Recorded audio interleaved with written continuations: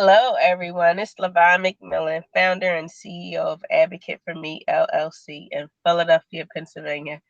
And I am glad to be back. You guys know I love having guests on the show, and we have an amazing guest on the show tonight. I think we met through our Parentpreneur Foundation. We're both members in this in the Parentpreneur Foundation, and so this is my first time actually hearing what she does for a living and how she can impact the community. So, without further ado, I want to introduce to you Alexandria. Hello, Alexandria. How are you? I'm doing great. Glad to be on. Thank you so much for having me. Oh, you're welcome. Glad to have you here. So, can you tell our listeners who is Alexandria and what they bring to the community? Yeah. Well, as you said, I'm Alexandra Renée Poelstra. I am the Maven of all Maven, and we are a business development firm specializing in branding, marketing, advertising, and business development, everything from concept to creation. And then we have brands underneath that I run, such as a creative agency, consulting firm, and a nonprofit program. And so I'm in the business of helping startups, entrepreneurs, even seasoned business owners grow their businesses to the next level, smooth out their operations, and help them generate more money and save more money. And I've been doing that for about 10 or so years now and loving every minute of it. All right, and I know we're in a group together in this parentpreneur. So you wear that mom hat also. Oh, yeah. I wear that mom hat and it stays on pretty tightly. Being a mom is definitely a job in and of itself, full time with overtime, little thanks, and a lot of overtime. So, but I love it and wouldn't trade it for the world. I've got all boys in my household. So that's always interesting. I don't have any girls, got all boys, and it's been amazing. Awesome, awesome. How old are the kids? 12, 8, and 7. Okay, I'm around that 8 and 12. My daughter is 10 and 16. So I'm going out of the eights and into the teens. So maybe Yep. you can see me on that 12-year-old stuff. You know what? It doesn't matter. They think they grown. That's the problem. They all think they grown. They hit 10 and they think they know everything, and then it just gets worse from there. Oh no. Downhill, huh? Yep. Awesome. But like you said, it's a full-time job with overtime. But we got to put that heart on there because we got to love on them. Oh, yeah. Awesome, awesome. So I know you talked about branding. And so I know a Mhm. lot of my mentors tell me that I am the brand. Like, LaVon, you're the brand. And I'm like, oh, okay. So can you share more about how businesses can represent their brand, whether they're the CEO or whether it's like a large company, corporate company, and what do you actually do with them and help them brand their business? Well, the one thing I always like to tell people about branding is at the core of who you are. It's your identity, it's your naked soul. And brand assets are like the clothes you put on, the style you wear in order to share your brand message and your story. And the most important thing about branding is to be unique and be yourself because nobody can do you better than you. And that's kind of the best part about branding is when you really know who you are at the core, you don't really have to do much because you can already just amplify your story and your message. And that's what people want to hear. So if you're working on an individual brand, say you're like a solopreneur, maybe you're a coach, consultant, or a lawyer, you want to identify the things that are uniquely you and you want to capitalize on those elements because a lot of people can say, I have good customer service, I provide quality this, or I do this service. And a lot of those things can be replicated. So with branding, what you want to do is amplify the things that are uniquely you. And that's whether you're independent or you're a large corporation. So in my field, I have my own personal brand, Find the Maven. And that's where I work on amplifying my message, who I am, my relationships, the things I love to do. And then I have a different brand for our enterprise, which is, much higher level, much more high end, scaled completely different. And then each of the entities within our enterprise, they each have their own separate brand and their own unique approach to how they do things. So brand is kind of like how you say hello. Do you say howdy? Do you say hey? Do you say woohoo? What's up? You know, like what, how do you say hello? How do you speak to people? And once you can identify your unique approach, then that's how you can really work on developing your brand. It's about creating a unique experience for your audience, doing things that other people don't do that make you interesting and you stand out. Awesome. I love that. I definitely love that. Uh, the you said the soul. Like I'm still sitting here getting like. Sorry, I'm like you just broke that down so well. I'm like, yes, I'm like over here taking notes. Oh wow. So I did have a question about the MAVEN. Like, how did Mhm. you come up with that name? So 10 plus years ago, when I first decided to start on my journey of entrepreneurship, I was a college dropout. So like I had gone to school, I'd gone to 3 schools actually, you know, thank you ADHD. I'd been to 3 schools, changing up my interest and whatnot. And when I got out of school, I had a very wide range of skills, everything left brain and right brain, from film and video production and graphic design to international communications and marketing and PR. And I had all of these different skill sets that I wanted to combine into one. And a lot of the things that I did do, I did them well, very naturally with a lot of the education that I had. And so I was trying to come up with a name for my business. And I was like, I don't really want to call myself a guru because, you know, I'm kind of early in the stage. I'm not really a guru. And I didn't really feel like I wanted to call myself an expert because expert really to me at that time symbolized credentials. Like if you're going to be an expert, you have to have credentials. And I'm like, man, I'm like a 3-time college dropout. I don't have no credentials. That's not going to work. Um, and so I was looking for a word for someone who was really good at what they did, like a connoisseur of whatever they were working on. And I realized that's exactly what a maven is. A maven is a connoisseur of their craft. And you can do that by not being the guru and not being the expert. And so that's the word that I settled on. And when I founded my business, I called it All Maven because I was a connoisseur of all things business because I had taken all this time to study all these different business elements and business interests. And so that's how I came up with the name. And I made myself the Maven of All Maven, and it's been that way ever since. And that was before Maven was now there's Maven everything. But when I Yeah. when I came up with Maven, there was nobody was using that term. Nobody was using the term Maven really. I found like 3 things on the internet that were like Maven, and that was it, you know. But we're talking over 10 years ago. Now everything's Maven. But I like to think of myself as the Maven of all Maven and the one and only. Yes, the one and only. Yes.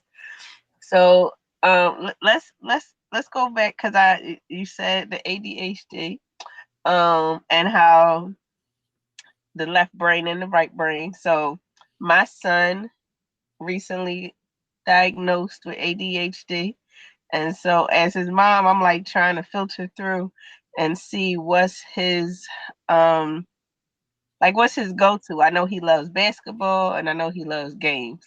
And so I'm like investing in him with coding and Mm-hmm. um like different classes that he can learn like the back end of it if he wants to be a gamer. But I'm like, you gotta learn the other stuff too, that that goes into developing the game. And Yeah. so I love how you said the left brain and the right brain. And if you could just talk a little more about that, because now I'm trying to, not trying, but I'm learning more of like how to work with him, and how to build up his motivational skills when it's something that he's interested in and not interested in. Yeah. So So talk. you're going to find with a lot of ADHDers that one, we tend to have a lot of interest because we get bored very easily. So we tend to jump from thing to thing to thing. So one day it's basketball, next it's gaming, next it's something else. So something that is really helpful is to find the common thread about what those activities do for that particular person. Like, do we love basketball because not just, you know, shooting the hoops or, getting the adrenaline rush, but is it really the sense of community that we love? Right? If we're gaming, do we love the different games and, battling monsters or creatures or demons, whatever, Call of Duty, whatever the kid likes to play? Is it, what do we get out of doing that? What is the sense or feeling that we get from doing that activity?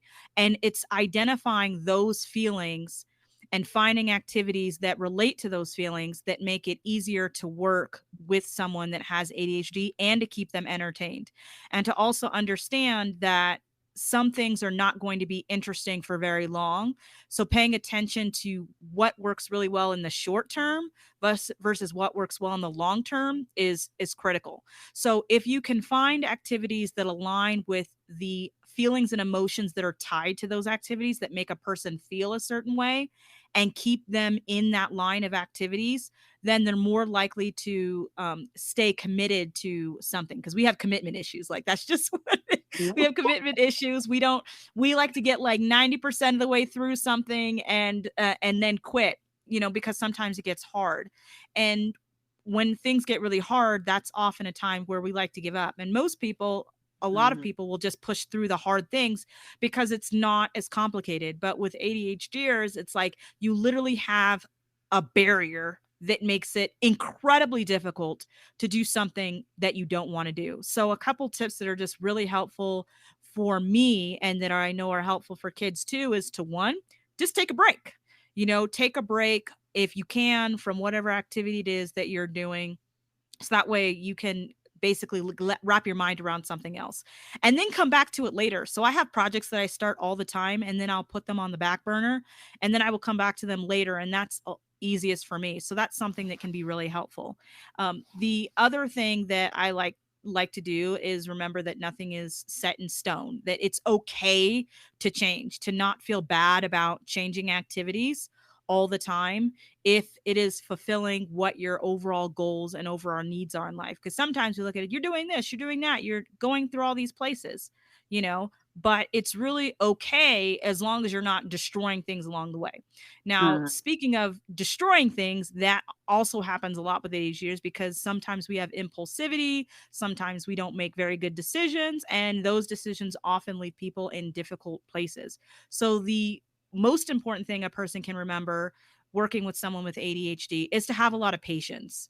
Patience is absolutely critical. Understand that some things are going to completely blow up and that positive encouragement goes a long way. Reminding somebody that there's nothing wrong with them, that sometimes things are hard and that's okay, and that we can keep going but we don't have to go back the same way we came. We can go a different route. And that's most important and when dealing with different people is having that patience and having that understanding and coming at it from a different angle. Gamification is also a great way. If people can feel like they're winning, we love to win. So if activities that promote winning are involved, then that's something that we really love. Awesome, awesome. That was some very good information to take away.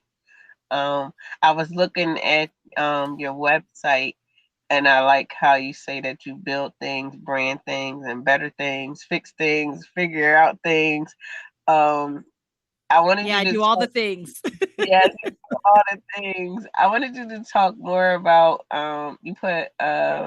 You said that you're a master problem solver, speaker, consultant, and a monsterpreneur. Can you talk more about monsterpreneur? Yeah, so monsterpreneur I defined as many entrepreneurial ventures. Like, I love to go after not one business, not two businesses, but multiple businesses. So I'm always creating a new craft or a new project and then trying to scale that product or service to where I can get it where I don't have to manage it as much or it can stand on its own.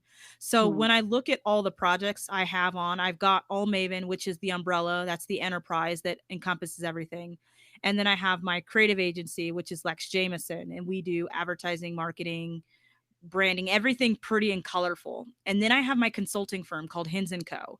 And everything with that is completely black and white. We do like a lot of tech, a lot of technical things, SaaS consulting, uh, technology solutions, and we work with more of the black and white on the business end and the operations. And then I have a men's underwear company.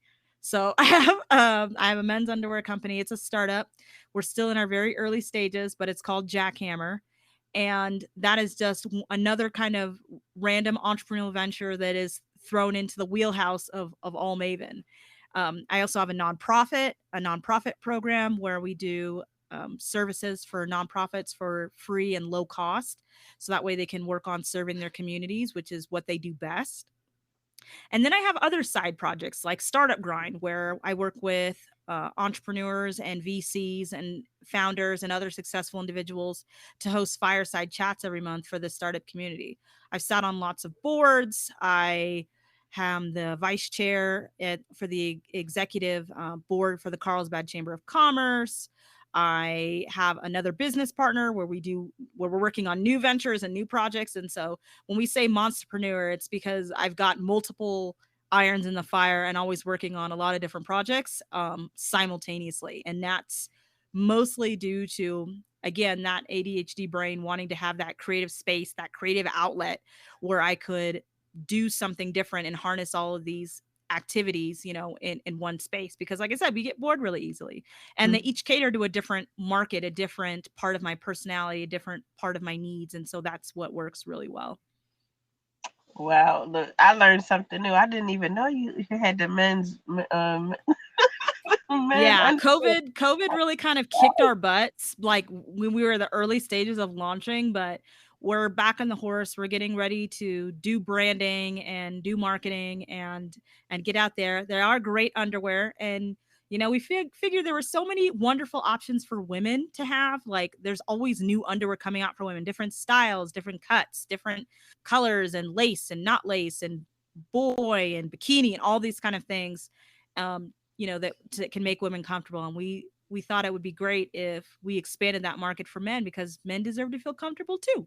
Yes, So that's what we thought. And again, in a house full of all boys, that's really important to me, even as a female entrepreneur. And if we're really talking gender equality and so forth, it's letting everybody have access to everything at the same time, so that way everybody can pursue their dreams and feel comfortable in pursuing their dreams. awesome, awesome. Like I'm just like so. I mean, I told you I didn't know too much about, but I'm learning so much tonight. So, let's put the mom hat back on real quick. So, being a CEO and an executive of all things, Brand, Yep. how can you balance all of that and be a mom? Because I know you said earlier, it's a full time and overtime job. Um, so how just talk to our listeners a little bit about how Alexandria balances all those things. Well, I guess what it all boils down to is what you really consider balance. Because balance looks like different things to different people. And I think we hear this concept of work life balance too often, that we get pigeonholed into it looking a certain way. For me, Mm. I love working. Like, working is fun for me. Like, I love coming in. I love teaching. I love consulting. I love hosting a workshop. I love planning events. I love building websites. That's fun for me. That is my activity. So my work life balance looks very different from another person's work life balance, because there's not really such a thing. It's what makes you happy. And so what I try to remember is to make time for my kids and make time for my husband and make them a priority within my schedule. So I will specifically calendar out time with my husband, with my kids. I'll plan activities for us, and I make it a project. So when you turn your family living into a project that needs to be completed, it's much easier to get things done. And for some people that sounds weird, like, "Oh, your family's a project? It should just come natural." That's not how life works. Not a lot of these things don't come naturally. And if you want to be a successful entrepreneur or business owner, or even just a successful person working a very demanding traditional job, you have to decide what your priorities are, what you're willing to give up, what you're willing to sacrifice, and then take the time to make those things happen. You have to live the life that you want. You have to design the life that you want, and then you have to go after that life that you want. And it doesn't have to look like anybody else's. So I make sure that I am scheduling time to have fun with my kids, have fun with my husband, and enjoy whatever it is we're doing. I also make it a point to take time to remember the little things. Just telling your kids that you love them. It takes little to no time out of the day. Going into their room and letting them know, hey, I'm really proud of you. You did great. Did I ever tell you that I love you because you're mine? That there's nothing that you can do or say that will ever change that. And no matter how good of grades you get, or even if you get bad grades, I'm still going to love you just because you're mine. Hugging your kids, just walking in their room and giving them a hug and just saying, I love you, and letting them know that you were there no matter what. Because even when you're not physically there, because you're off chasing whatever dream it is, you're setting an example for them. You're letting them know that this is what it takes in order to achieve your dreams. Because entrepreneurship is often a family, a family affair. And sometimes everybody has to sacrifice. But what you are teaching your kids is that entrepreneurship, one, is hard. Two, everybody can do it if we all work together and we understand each other. And three, it doesn't mean that family's not important. It just means family is making way for you to do what you need to do in order to support your family in the first place. So when you look at balance, you have to understand that, again, it's not what everybody else is doing. It's what is balance for you. So what if you don't spend every single day with your kids? That's not necessarily the most important thing. Do your kids love you? Do they respect you? Do they enjoy the time that they do have with you? Is what you're doing positively impacting their life? And if all those things are checking the boxes, then you're on the right path. And give yourself a lot of grace. I think as parents, we're way too hard on ourselves. We're beating ourselves up because, when we first have kids, we want to be the mom that's like playing Mozart for the baby. And we say we're going to do all this stuff, and our kids aren't going to eat any harmful foods, and we're going to make fresh baby food. And then you realize that babies are these adorable, wonderful, little terrorists. And it's really hard to control what it is they're going to do. They might not like your fresh baby food, or you may find you don't have time for that, or you feel like you're not even going to have a life or anything like that. So you say you're going to do all these things, and at the end of the day, you end up at McDonald's and you end up screaming at your kid in the back seat, and you said you were going to only give them smart toys, but you give them a tablet and you let them play whatever weird game that they probably shouldn't be playing, and you let it happen. And so you have to just give yourself a lot of grace in parenting, and understand that you don't have to be perfect. And the only thing you need to make sure that you do is that you love your kids, and that you understand that you love them for who they are, and that they get that message. And once you do that, it's really hard to break that. It's really hard to break that. And I think that's really important. Yes, I love the fact that you said, one, give yourself grace. As a parent, um, we are really hard on ourselves. Yeah. Um, and I'm one, like, I'll raise my hand to that. And that's what, like, one of my mentors had to tell me, like, LaVon, give yourself grace. Like, you're taking care of your son, and he's on a feeding tube, and you're taking care of your daughter, and you're, living your life, you're building your business. And I was like, some days I just felt like I was running and running and running and running and running.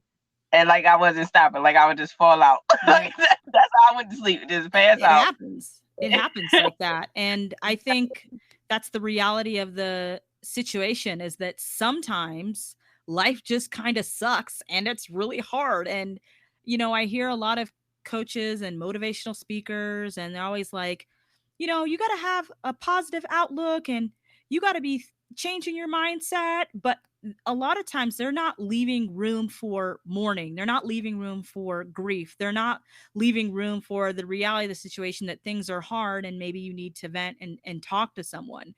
And they're not leaving a lot of room for grace. They're saying every time something is hard, you just have to change the way you look about it so you'll feel better. Well, if Jesus wept, so can I. So I always like to think myself, it's okay. I can cry sometimes, and it's okay that it's not okay, because that's life. Life is hard.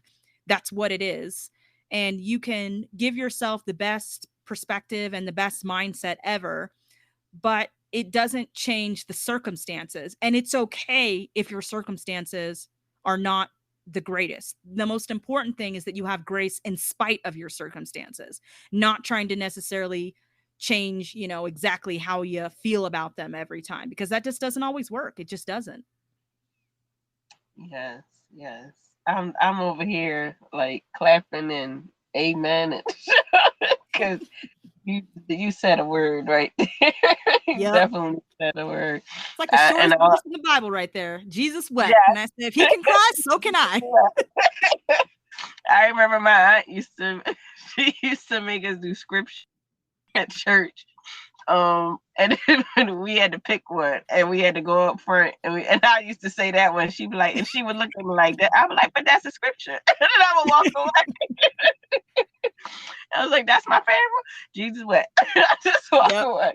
Yes, but that's true. That's true. Like we have to give ourselves a grace. Um, and life is hard. Like you never know what you might be, and I don't want to say thrown into, but you never know what life may come about. And like you said, they're always telling us, change your mindset, get up, do the grind, do what you need to do. But sometimes you do have to take that minute to pause and just be in the moment, Mm-hmm. allow yourself to go through those emotions, because if you don't, then you're going to have like multiple health problems. Your kids is going to see you go through a different struggle than what it is if you allowed yourself to just embrace that moment and go, Exactly. go Exactly. let We it don't want out. to avoid our emotions. We want to learn to Yeah, work through them and we want to understand them. And sometimes with, again, what I see with coaches when they're like, change your perspective, like, stop complaining about your job that you have to go to work. Be grateful that you have a job because somebody else doesn't have a job. So you should just be grateful. That's not working through the emotions that you're feeling and teaching you how to necessarily deal with them.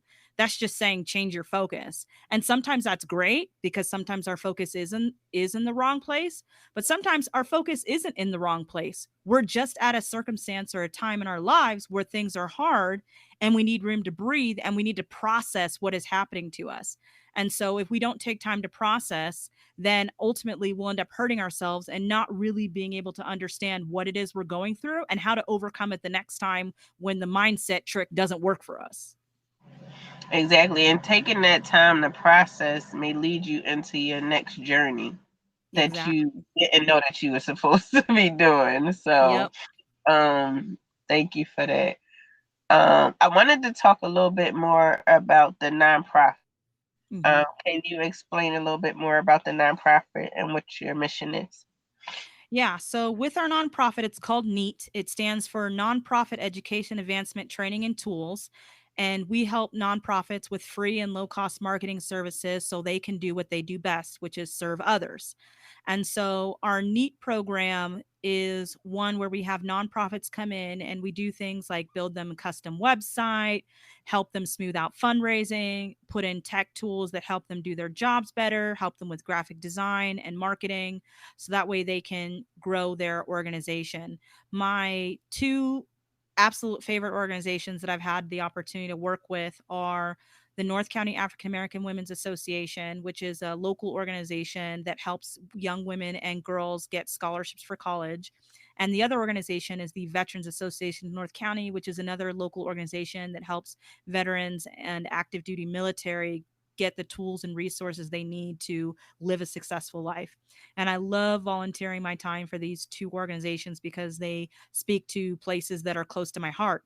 Veterans and military, because I'm a military brat and I grew up next to a military base. So I love our military. And Black women, because I am a Black woman. So those are two areas that are really close to my heart. And we've been able to help these organizations raise hundreds of thousands of dollars over the years, not to mention saving thousands of dollars over the years by helping them streamline services, improve things like ticket sales and their fundraising efforts, helping them work on their SEO so they can be found online. And the executive director of Vance, Lori Booty, I just remember because I used to have her come and speak for presentations and say, tell me what you think about the NEAT program. And she would tell me, she goes, oh, yeah, I love it. We were found this many times over the course of a month and I made an additional $40,000. And I'm like, you didn't tell me that. She always has like an extra surprise up there for me about like, what some of the work that we've been able to do. And for the program, we helped them run a food distribution during COVID. and we served thousands of military families and helping them through a digital registration that we built. We built them a custom digital registration for free, and they were able to serve tens of thousands of people through this food distribution that ran for just a little over a year during COVID, because a lot of military families didn't have the resources they need. They didn't have the food they need. Up 90% of military spouses were out of work. They had to take care of kids. Everybody knows what a complicated situation the pandemic brought on. And so being able to do activities like that help these organizations save money, make money, and serve the people in the community has just been absolutely phenomenal. And I hope, like right now, our NEAT program is full, because we had an overwhelming number of nonprofits in it. And when you're giving away a lot of free stuff, you only have so much capacity. And so one of our goals is to, find more contributors and financiers so that we can keep doing this program and make it an incredibly low cost, because there is some cost, but it's very minimal when they join our program for the amount of stuff that they get, and to the return on investment they get is just indescribable. So we're hoping that we see the evolution of our program go even further with more nonprofits so that they can continue serving communities and people that really need help. I love that. So it's a nonprofit assisting other nonprofits. Exactly.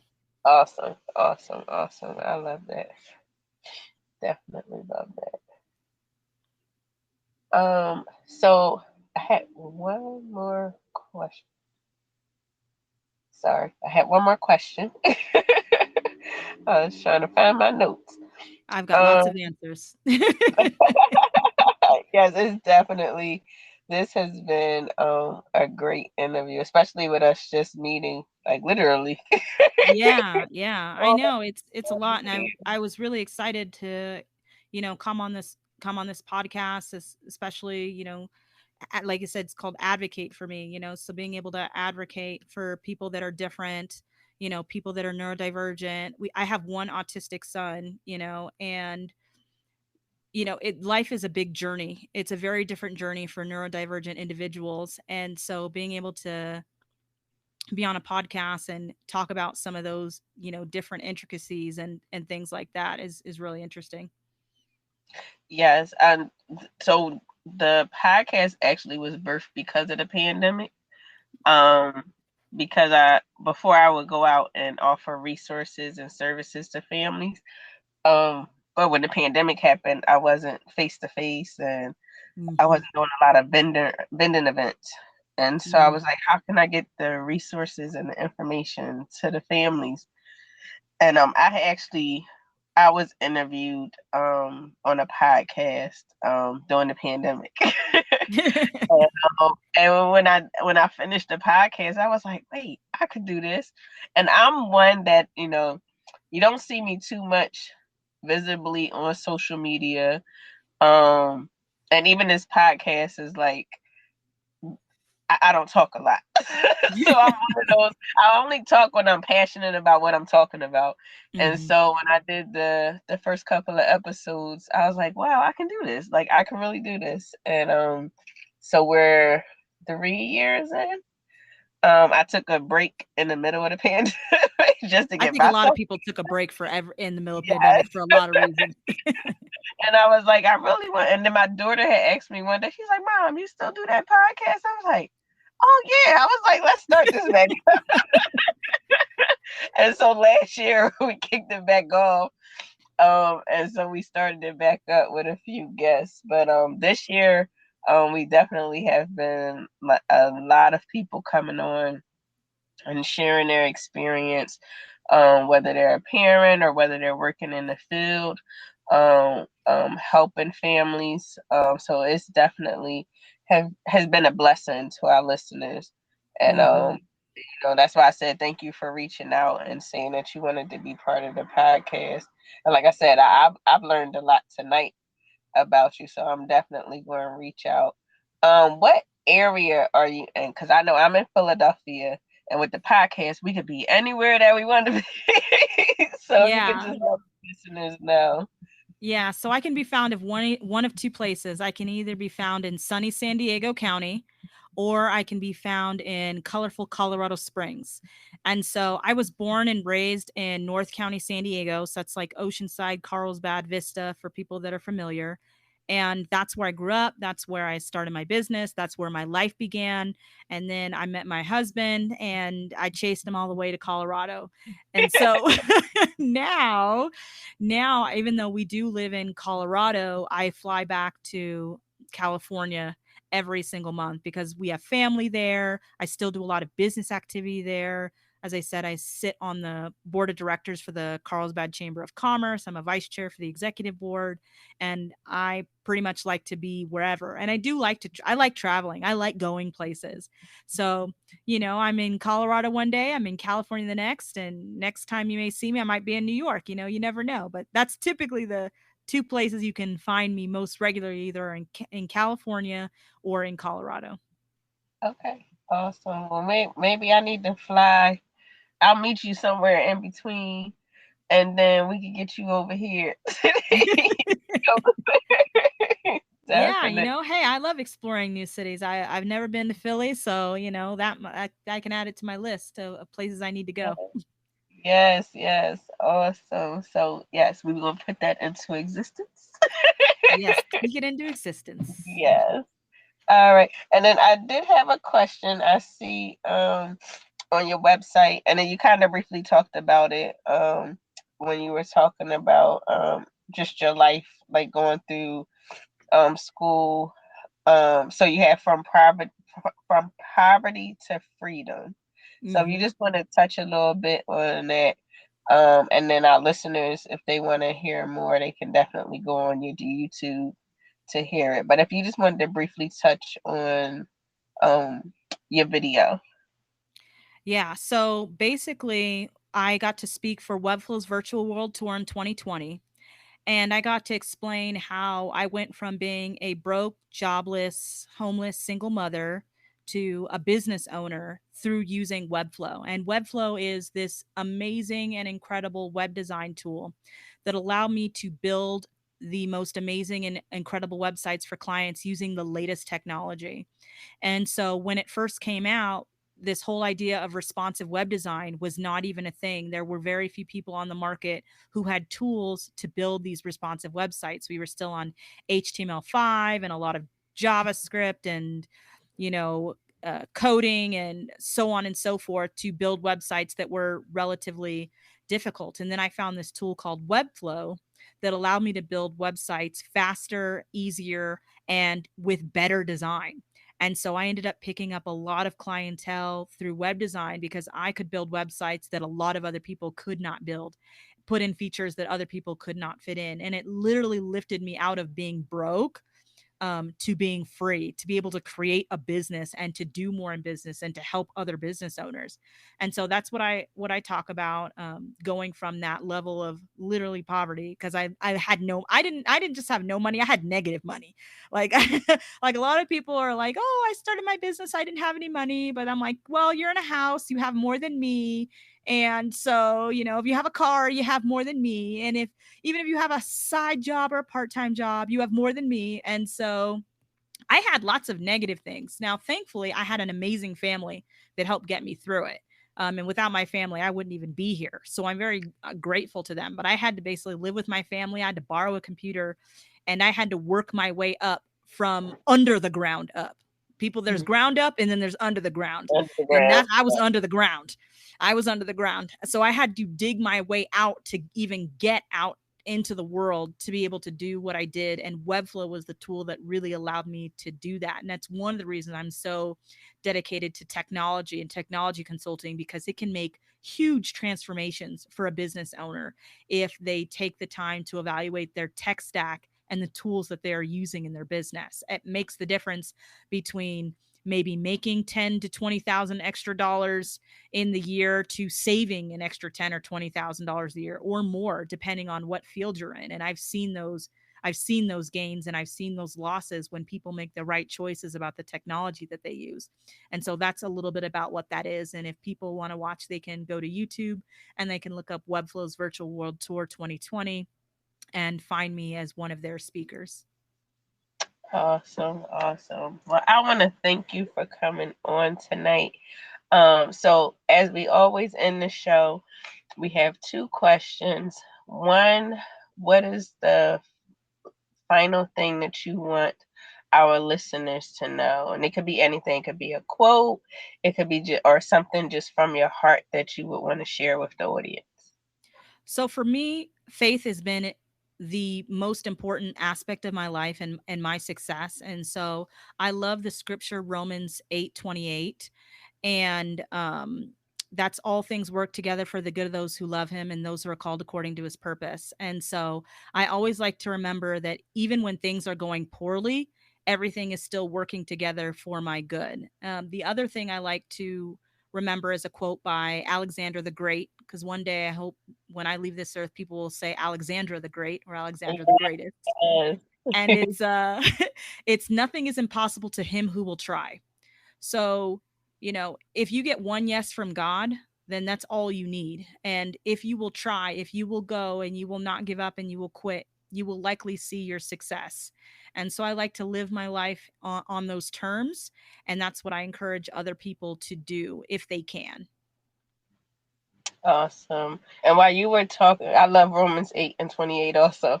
While you were talking, even when you were talking about the YouTube video and you was talking about like being under the ground, the whole time you was talking, like I kept thinking of like a seed being Mhm. planted.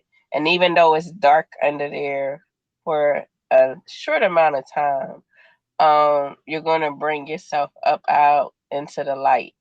And then Yeah, once you get out into the light, then you're going to start growing and being able to do what you need to do for the community, whether that's being a plant and giving off oxygen, or if that means that you're growing and you're bearing fruit, or you're growing and you're a tree, like whatever you might be. exactly. You never Right. know what you were, like what you were under that ground and it was dark. But so I just wanted to share that with you because it was just on my heart. I was like, Yeah. I Well, wanted to thank you. share I that. agree.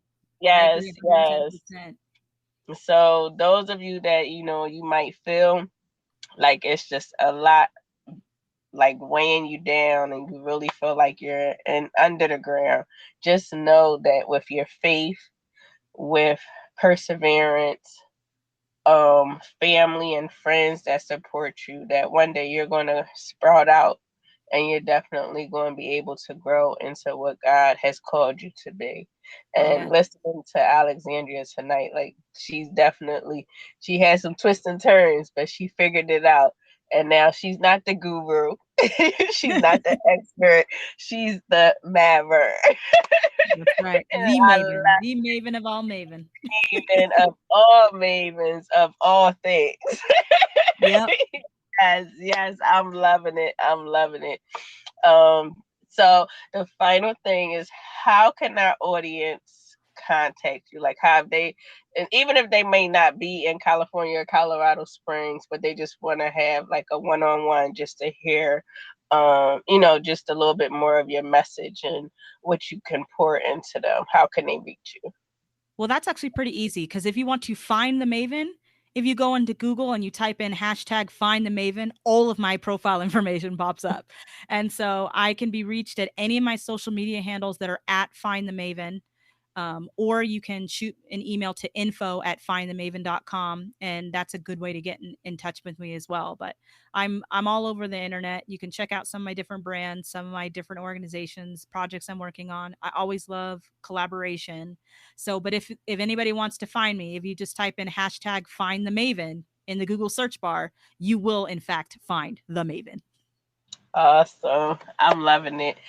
Um, I'm gonna have you come back on because we're going to talk a little bit more um about you and your son and being a mom, and just like that Mm-hmm. transition. You can tell that story. Um, but I appreciate you coming on tonight. And to our listeners, you know how I always end it. Always take that moment, be in the moment, love on your kids, and know all those days that may be like all over the place at night. when you're finally about to go to sleep, you look in that child's eyes. And remember, you see that love, that no matter what went on that day, that you know that you love your child and your child loves you. And peace and blessings. Until next time, thank you for listening to Advocate for Me podcast.